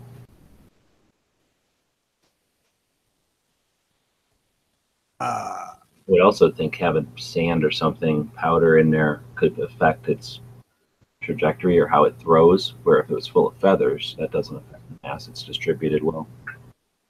I don't know. I never even picked one up, but I'm trying to think of like a Christmas ornament filled with something. Filled it halfway with sand, it'd be weird to throw it, you know. It'd probably be too damn heavy, but powders can be light, and you wouldn't have to put, you know, a couple of shot glasses full of it in there. Maybe not even. Affect your average. Yeah. And I don't know what kind of powder. It could have been like a corn powder or something too, huh? Where it's not, I'm thinking like rock. It could have been something else. Flaky. Anyway. Yeah, hell, it could have been flour. Yeah, so I'm saying like dirty flour or something that's otherwise worthless. But then putting flour in there, if it wasn't sealed well, bugs would get in there and eat it and crap. So I don't know, but feathers, I don't think you have that issue. Maybe mites or something getting in there. So Clay thinks that they used compressed air in the 1900s to make these things by the million. I don't know. Possible. I mean, I'm sure they had the ability to create bellows and shit. Well, yeah, they had compressed air. Hell, they had compressed air guns 100 and some years before that.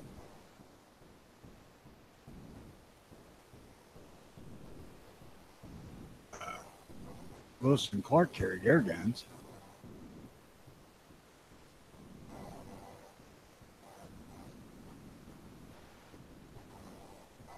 The guy that invented them glass balls had all kinds of records, including number of targets broken out of 100 in the least amount of time, as well as the most targets in one day.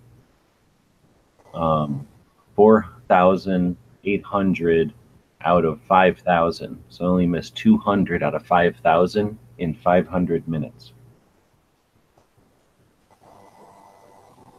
So 600 minutes would be 10 hours. So just sat around shooting for like almost 10 hours. Just shy of like 9 hours or something. Shooting and shooting and shooting 5,000 glass balls. And he only missed like less than 200. He missed 160 out of 5,000. That's insane. I can't even imagine sitting around and shooting 5,000.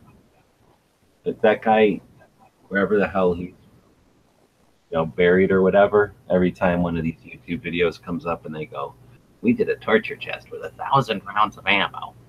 We shot 1,000 rounds of ammo. He just farts on him. He rolls over and farts on him because 5,000 in 500 minutes.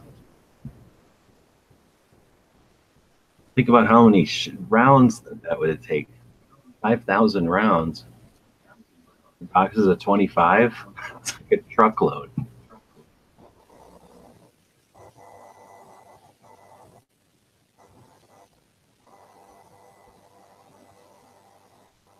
There you go, Clay. That's what I could find. The word skeet allegedly derived from the Norwegian word for shoot.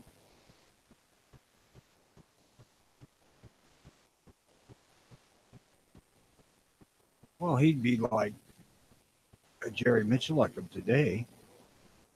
I don't think Miklik goes around shooting 5,000 rounds in 500 minutes, though. That's a pretty hardcore session of shooting right there. I mean, there's very rarely where a gun will be shot for 10 hours straight, let alone the same guy pulling the trigger the whole time. I kind of would doubt that he shot the same gun that whole time. Oh, there's no way. I can't imagine. There's no gun can handle 5,000 rounds at once.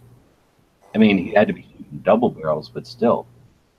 That's not like you're going to, I don't know, maybe he could.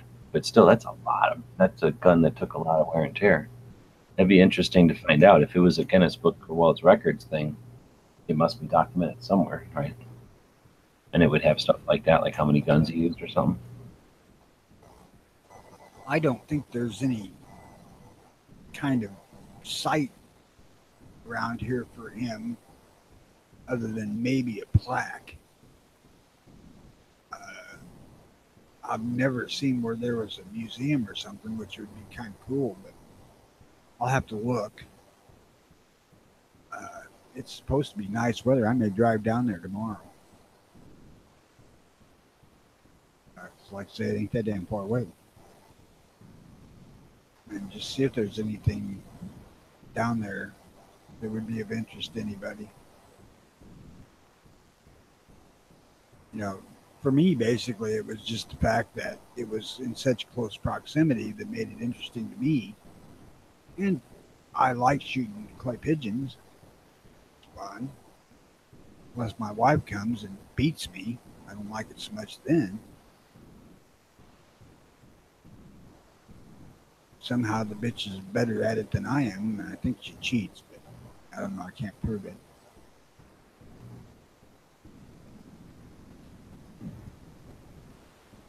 Oh, this is interesting.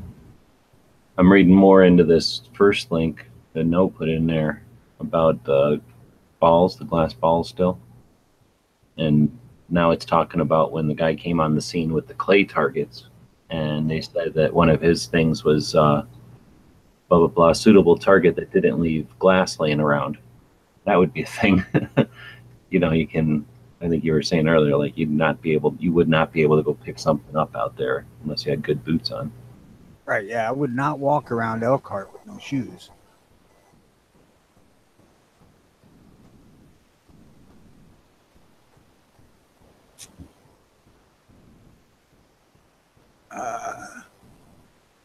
It's hard to find real sporting clays today that are actually made out of clay.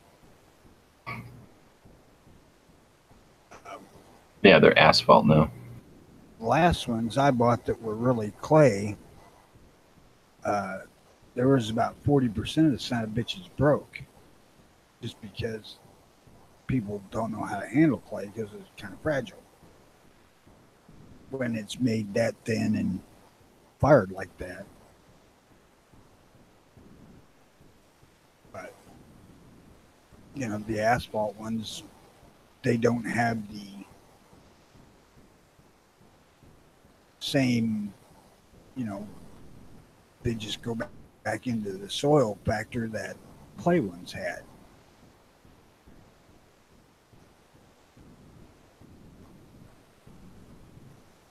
I don't think they had the breakage neither.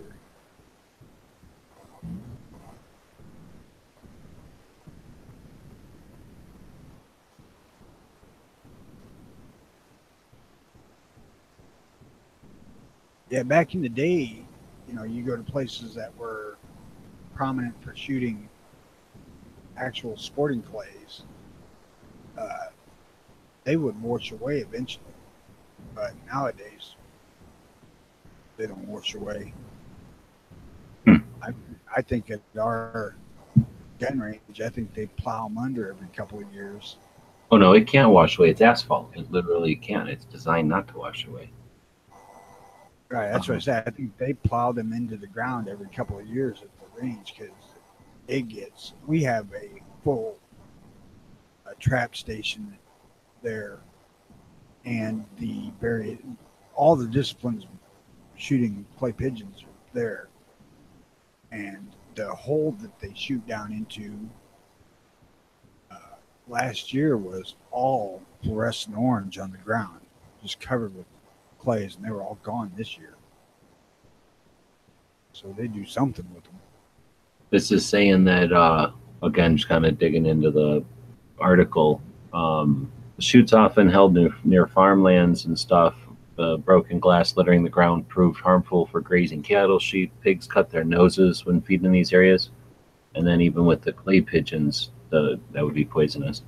So that's one of the reasons I guess they ended up going to actual facilities instead of just doing these things wherever because of the residue. Says it's interesting to collect, I imagine, because it says like things will be completely rare. Like there'll be only a few of them.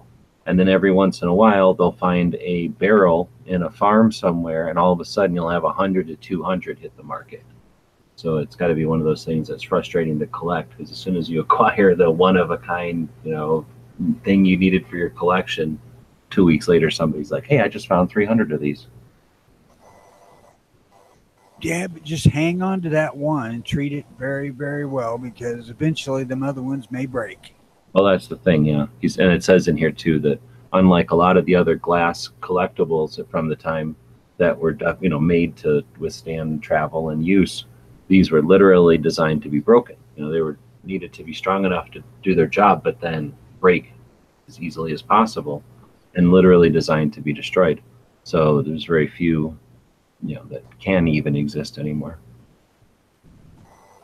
Yeah, that was another problem with actual clay, sporting clays, is that some of the throwers would break it. Some of them spring throwers had enough oomph to break clays if they had any kind of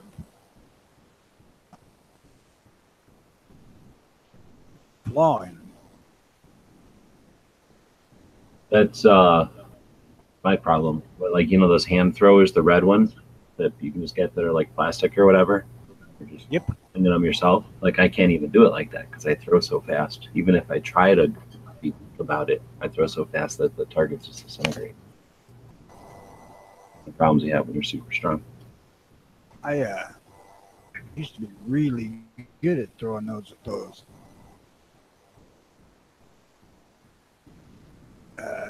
Just about the same as pitching baseball sidearm, but I couldn't do it today because my shoulders were really bad.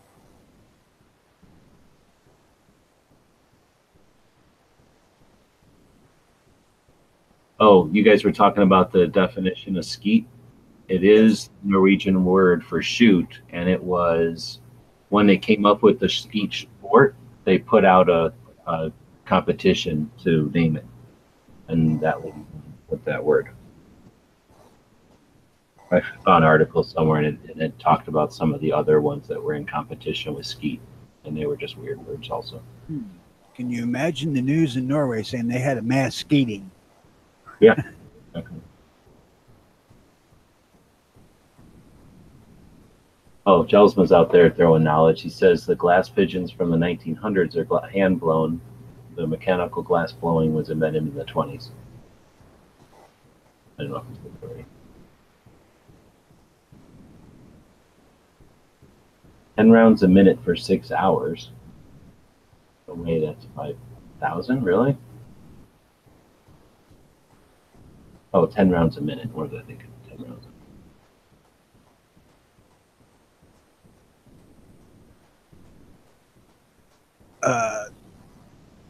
That's still a long fucking day. Oh, yeah.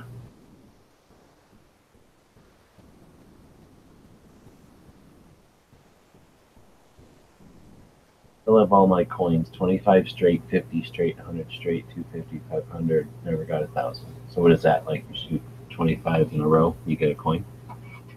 I assume so. Don't know. I have never got into it in actual organized competition.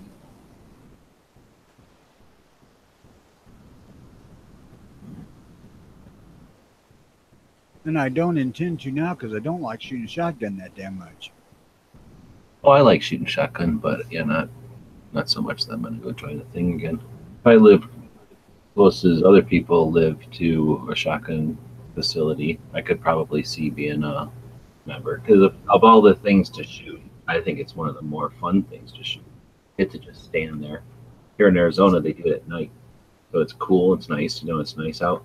Neat to shoot with the fluorescent stuff into the black, with the lights and everything. The fluorescent stands out nice against that black. And you just stand there and shoot, and it's not super stressful or anything, and it's super fun to shoot at a moving target. And I guess of all the things that are out there, you don't need a heck of a lot. You just need a shotgun and maybe maybe one of those like thingies you put on your belt to like hold the shells for you, and maybe a thing like a big bag to put the shells in so you don't have to bend over. And I found it real enjoyable, but I guess not enough to drive. It's for me, it's like a 40-minute drive to get over there. Uh, Each way. back when we did it, we was using hunting rounds to shoot with, so it was not all that pleasant after probably half an hour. Uh, Well, why'd you do that? just because that's what I had and that's what I was wanting to be able to handle a gun with. That's the whole point of shooting is practice it. No. Well, in hunting, you're never shooting that much. That much repetitively, I should say. Well, it wasn't really competition as much as it is just hitting the target. Oh, you weren't shooting the 25 or whatever, right? Over. No, hell no. We'd shoot 5 or 10. Work out how to lead and whatnot. Well, what were you at like a place with like a traps thing or with a friend out to Uncle's shoot? farm. Yeah, see, that's a frustrating too. And I think that's something that I don't know if people talk about. I'm sure shotgun people talk about it. But if you're just out there winging trap for each other or winging shit, targets for each other, then I mean, unless the person who's winging the target is aware and able to like throw consistently and then deciding to do so, what you're going to get is such random weirdness that it's difficult to get good at shotgun, I think, from just having somebody randomly throw for you, like your friend or your cousin or whatever, because they're just going to keep throwing from different places and different ways and different speeds and everything. And where you go to a trap or skeet, and I mean, it's not the same every time, but it's consistent enough. It's like within a window that you can actually get better. You know what I mean? When you're trying to practice at something, if there's too many variables, how do you ever know if you're accomplishing a good habit or whatever? So I think that could be difficult to try to get better from just kind of the static playing around type of thing. On the other hand, once you've got basics down, that chaotic stuff I think is 1,000 times better for getting actual, eye coordination because of that window. It's always fake to shoot skeet and trap. Like birds never fly that particular window. I mean, once in a while they might, but most of the time they're doing the weird chaotic shit that takes you to the extremes of trap and skeet. That was one of the advantages to hand throwing is that you could put them about anywhere, and that mimicked hunting better than like using a thrower because it's a little hard to get a thrower to change up where it's going. You have to make adjustments on the machine to change the angle. And you can get a little difference by where you place the clay on the tray, but a thing with the machines, got the option of throwing two at a time. For a hand thrower, that's unless you got two people throwing, you don't.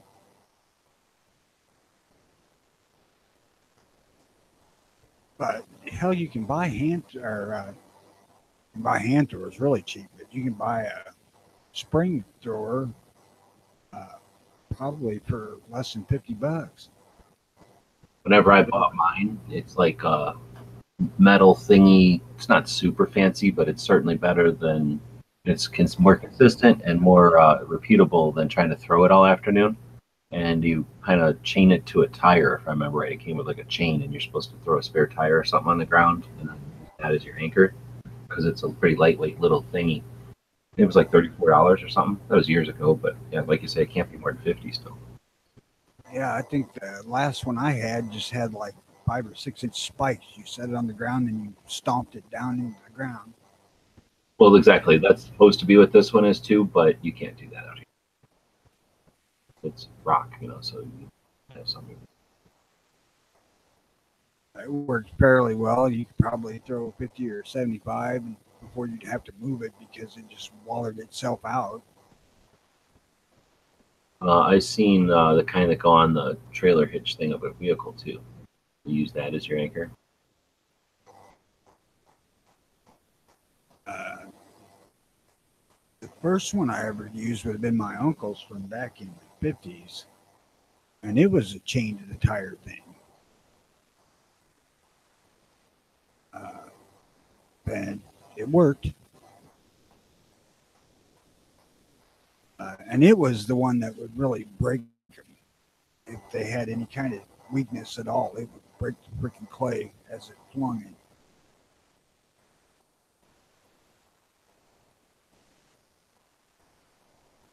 I don't recall having that big of a problem with the one that spiked in the ground. I broke a few hand throwing them with. Those were probably already cracked or something. I didn't notice when I did it.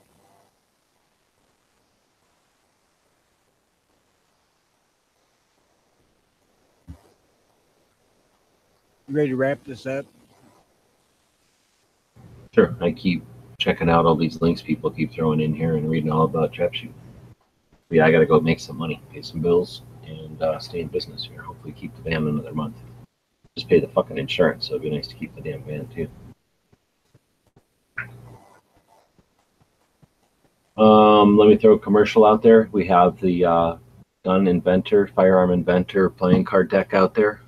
Feel free to grab a deck if you want. They're not inexpensive. I had to price them this time, assuming I'm not going to sell very many in quantity. So I'm hoping people can share the project on various platforms out there. There are people out there with more funds than, you know, some discretionary income to throw $25 a deck out there. It's not something that I'm guessing the market needs, but I think it'd be neat to make them exist. And if we can get to 1,000 decks sold, then I can make them in the USA. They'll be made at a affordable price, and I can work on some perks and stuff to make it more worth everyone's while. But because I didn't expect this one to be a massive success, I did price it kind of expensive at $25 a deck. But again, I don't expect everyone has that kind of funds. I certainly don't.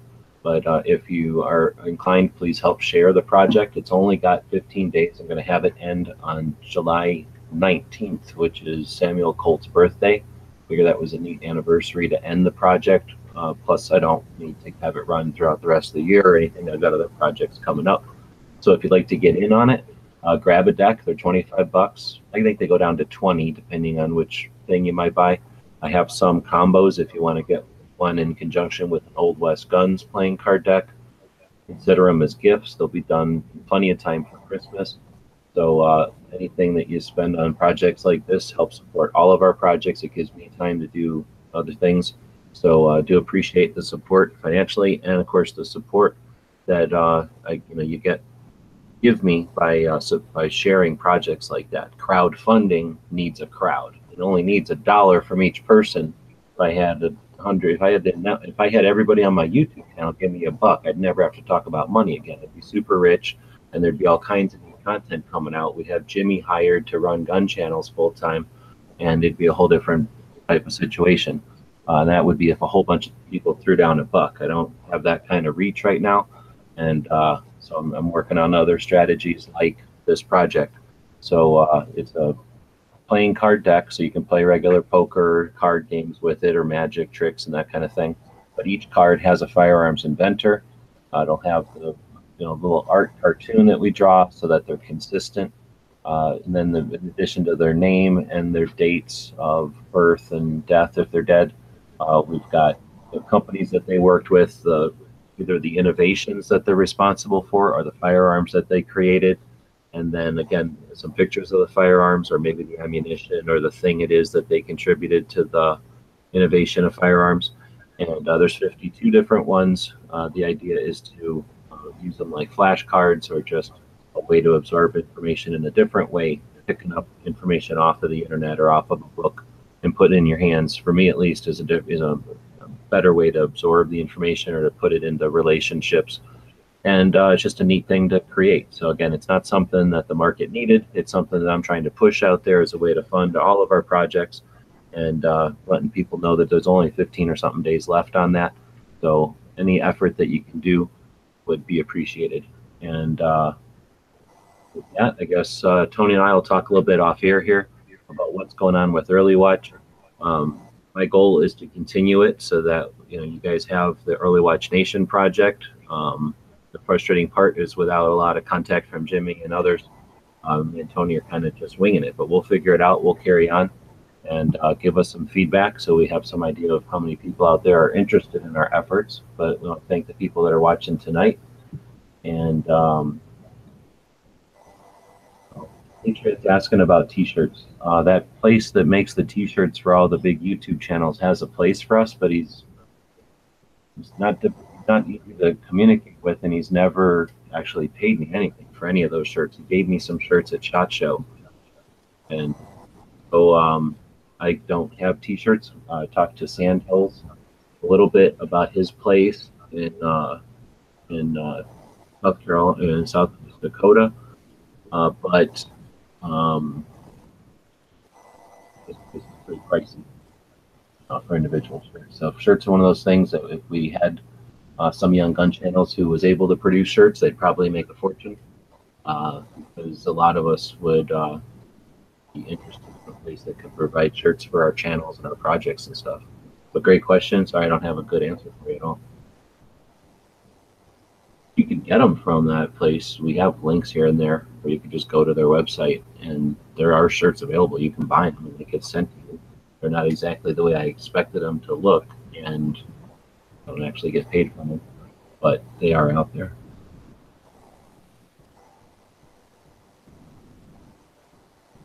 I'm done. I guess we'll give it over to Tony. I'm sure chat going. I'm gonna say good day, everybody. And if you want to contact me, earlywatchil@gmail.com.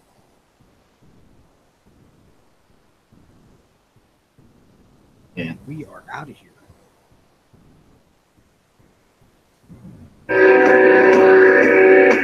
Black Betty, bam, lamb, whoa, Black Betty, bam, lamb, Black Betty had a child, bam, lamb, the damn thing gone wild, bam, lamb, said a word, not a mind, bam, lamb, the damn thing gone blind, bam, lamb, said, oh,